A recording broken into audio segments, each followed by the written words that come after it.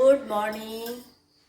আজকে অন্য দিনের তুলনায় একটু তাড়াতাড়ি উঠে গেছি, কারণ আজকে ঈশানের যে থেরাপি সেন্টার আছে সেখানে অনামের প্রোগ্রাম আছে, তো সেখানে যেতে হবে।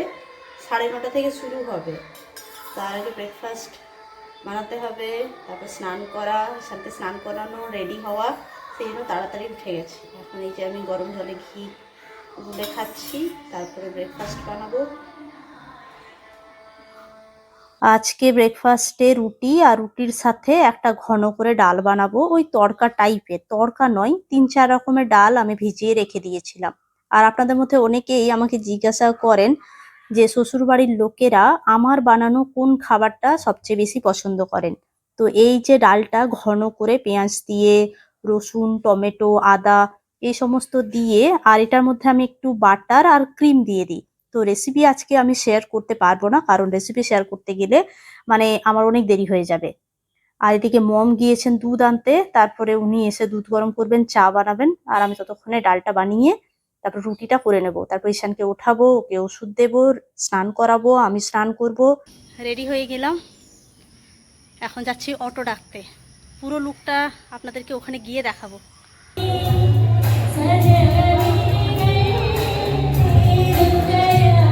এই যে ইনি হচ্ছেন ঈশানের ফিজিওথেরাপি ম্যাম,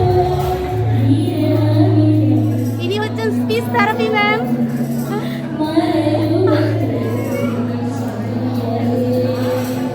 সবাইকে জানাই অনামের আন্তরিক শুভেচ্ছা। সবার জীবন ভরে উঠুক আনন্দ, ভালোবাসা আর শান্তিতে। ফুলের পুক্কালামের মতোই রঙিন হোক আপনাদের প্রতিটি দিন। হ্যাপি ওনাম! যদিও আজকে মেন ওনাম নয়, মেন ওনাম হচ্ছে 26 তারিখে, কিন্তু এই ছোট থেরাপি সেন্টারে আজকে সেলিব্রেশন হচ্ছে। আমাদের কেমন লাগছে? কিছু কিছু ধুতিও পড়েছে, ধুতি, শার্ট, আর আমি এই যে কেরালার ট্রেডিশনাল শাড়ি। আমাদের মতো বিশেষ চাহিদা সম্পন্ন বাচ্চাদের মায়েদের জীবনটা একটু অন্যরকম। একটা সাধারণ বাচ্চাকে তার বাবা মা যখন শেখান পড়াশোনায় এগিয়ে যেতে, নাচ শিখতে, গান শিখতে, খেলাধুলা করতে, নতুন নতুন কিছু জানতে, আমাদের শেখানোর শুরুটা হয় একেবারে অন্য জায়গা থেকে। আমাদের শেখাতে হয় কিভাবে বসতে হয়, কিভাবে দাঁড়াতে হয়, কিভাবে একটা শব্দ বলতে হয়, কিভাবে নিজের হাতে খাবারটা তুলে খেতে হয়। যে কাজগুলো একটা বাচ্চা হয়তো নিজের মতো করে স্বাভাবিকভাবে ধীরে ধীরে শিখে ফেলে, আমাদের বাচ্চার ক্ষেত্রে সেই ছোট্ট কাজগুলোই হয়ে ওঠে একটা বড় অর্জন।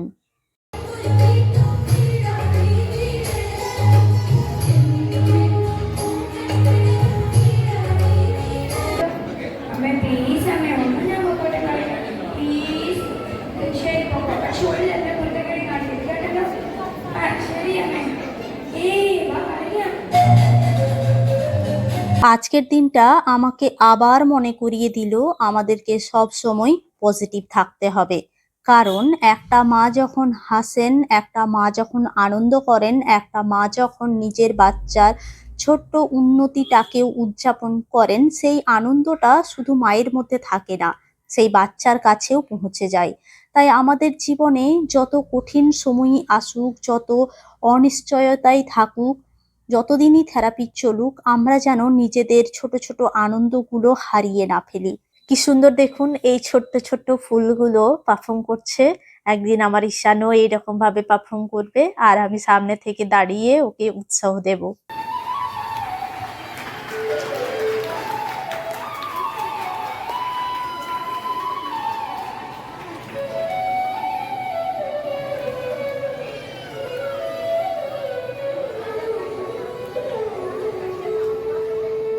প্রত্যেকটা মা নিজের মতো করে এগিয়ে চলেছেন। কেউ চাকরি ছেড়েছেন, কেউ নিজের শহর ছেড়ে অন্য জায়গায় এসে থেকেছেন, কেউ স্বামীর থেকে দূরে থেকেও বাচ্চার থেরাপি চালিয়ে যাচ্ছেন।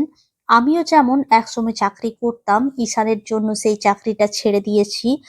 এটাকে আমি ত্যাগ বলতে চাই না, কারণ আমরা কেউই শুধু বাধ্য হয়ে এগুলো করছি না।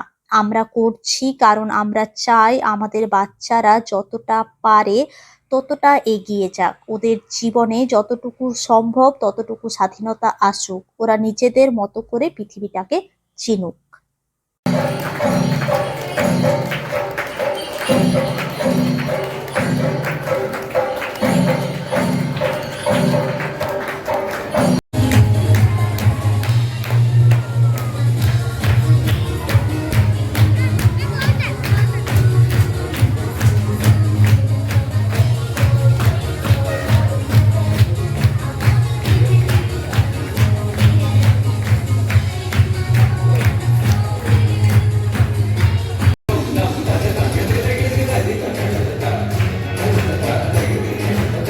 ইনি একজন আমার মতো মা। কি সুন্দর নাচছে দেখুন। ওই যে বললাম, আমাদের বাচ্চাকে ভালো রাখতে গেলে আমাদের ভালো থাকতে হবে। আর আমরা কিভাবে ভালো থাকবো সেটা নিজেদেরকেই খুঁজে নিতে হবে। মাঝে, মাঝে খাওয়া-দাওয়া চলছে, তো সেইগুলোও আপনাদের সাথে শেয়ার করতে পারিনি। কারণ ঈশান আছে, ঈশানকে নিয়ে আমার একটু শর্ট নিতে প্রবলেম হচ্ছে।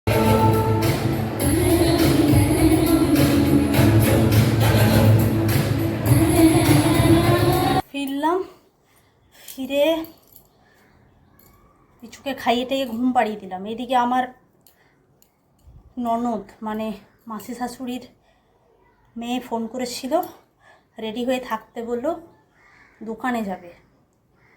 ডিটেলস কিছু বলেনি, বললো রেডি হয়ে থাকো তুমি, আমি আসছি। চুলটা পুরো পাখির বাসা হয়ে গেছে।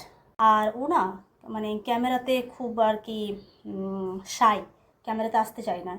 ওর বিয়ের ভিডিও আমাকে অ্যালাউ করেনি। তো এখানে আসার কথা বলছিল বিয়ের শপিং এর জন্য। কিন্তু আমাদের এই শপিংটা আর ৫টা বিয়ের শপিং এর মতো নয়। আমাদের শপিং শুরু হয়েছে ঈশানের পাঞ্জাবি দিয়ে। বাকি অনেক কিছুই আপনাদের দেখালাম না, কারণ বাড়িতে যে বিয়েটা হতে চলেছে সেই বাড়িতে কিছুদিন আগেই একটা মানুষকে আমরা হারিয়েছি। তাই শপিং আছে, বিয়ের প্রস্তুতি আছে, কিন্তু সেই চেনা হইচই নেই। পরিবারের মানুষজন চাইছেন বলেই বিয়েটা হচ্ছে। আর মাসি শাশুড়ির বাড়িতে এটা শেষ বিয়ে, মেয়ের বিয়ে অলরেডি হয়ে গেছে, এটা ছেলের বিয়ে। তাই উনি চাইছেন সবাইকে উপহার দিতে। তাই ধীরে ধীরে সবকিছুই এগোচ্ছে। হয়তো আনন্দটা এবার চুপচাপ, তবু জীবন তো থেমে থাকে না। কিছু আনন্দের সঙ্গে কিছু না পাওয়ার কষ্ট নিয়েই আমাদের এগিয়ে যেতে হয়। এখন ঈশানের পাঞ্জাবি নিয়ে আমরা বুঝতে পারছি না কোন কালারটা নেব। পাঞ্জাবিগুলো সবগুলোই ভালো, সিল্কের পাঞ্জাবি। তো দেখি আপনারা বলুন তো কোন পাঞ্জাবিটা নিলাম। আপনারা আমাকে কতটা চিনেছেন। আর এখন অনাম বলে এখানকার প্রত্যেকটা দোকান এত সুন্দর করে, দোকান শপিং মল এত সুন্দর করে সাজিয়েছে। এখনো আমাদের কেনাকাটা কমপ্লিট হয়নি, এখন সময় লাগবে। তবে চলুন আজকে ব্লগটি এই পর্যন্তই। ব্লগটি কেমন লাগলো জানাবেন, ভালো লাগলে একটি লাইক আর শেয়ার করবেন। আর আপনাদের সাথে আমার দেখা হচ্ছে আমার পরের ব্লগে। সবাই খুব ভালো থাকবেন, সুস্থ থাকবেন আর খুব আনন্দে থাকবেন। ধন্যবাদ।